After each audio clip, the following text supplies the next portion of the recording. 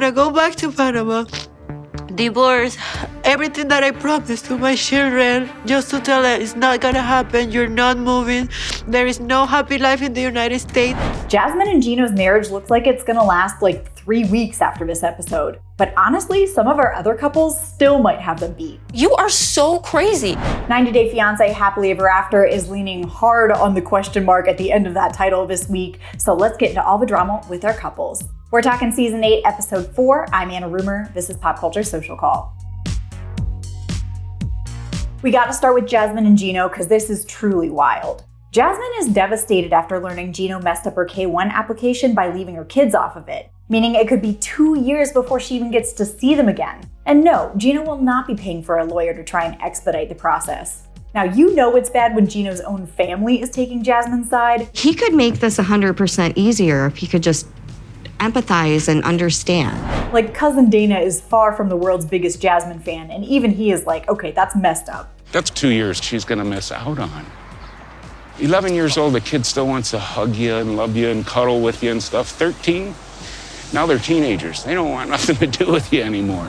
Jasmine is so stressed out, her alopecia is getting worse, that you can kind of see her crumbling under all of this. And it very awkwardly comes to a head when she and Gino meet up with their wedding photographer to look at pictures from their big day. I've been going through so many things. It's like, at this day, I was so happy. I was so hopeful. I thought that this was gonna be my happily ever after. Come on, will Gino come to his senses after this? Jasmine, wait up.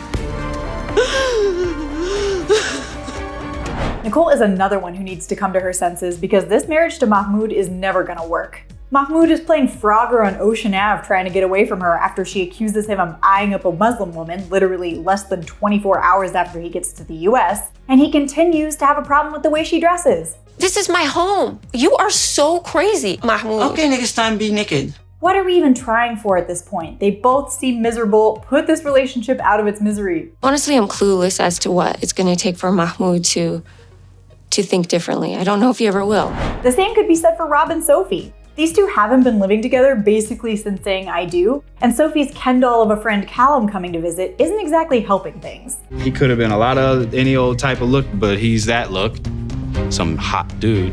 Rob's jealousy is on full display during this awkward meeting, and honestly, maybe I'm Team Rob in just this instance, because we find out that Callum and Sophie dated briefly as teens, and she kind of let Rob find out like this. I mean, we dated for a short amount of time when we were like very first met when we were in Portugal. So I completely get it. You and her dated? Awkward. Almost as awkward as Big Ed's chat with Liz's mom, which occurs while this paper plate is fighting for its life. Every time that I've broken up with Liz, I regretted it. Or as awkward as Ashley's first trip to a Catholic church. Ashley's worried about Manuel's family finding out she's a witch, and both Manuel and the priest are like, well, honey, maybe you just don't tell them that. You know it's a big deal when the priest is advising a little white lie. You don't want to throw everything. No tan fuerte porque es muy pronto. Ashley wants to be herself though, so I feel like she's gonna tell them. That is if they get there, because Manuel told her that they live in New York when they live in Newark, which is a hilarious, low stakes, and kinda understandable mix-up. ¿Newark? Sí. No Nuevo York. Newark, y no es Nueva York. Newark is in New Jersey. There's New York. What? Now, normally we have a little dose of wholesome at the end with Kobe and Emily, but not this week. Kobe's friends are convinced he's miserable in America with a bossy wife. It's Emily Nagy.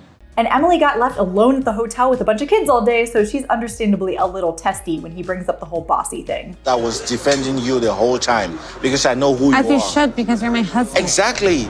Still the most wholesomeness we got from the cast this week, though. It's a very low bar. Let me know what you thought about this week's episode down in the comments, like and subscribe, and head over to popculture.com for the latest in entertainment news. Until next time, I'm Anna Rumor, and this is Pop Culture Social Call.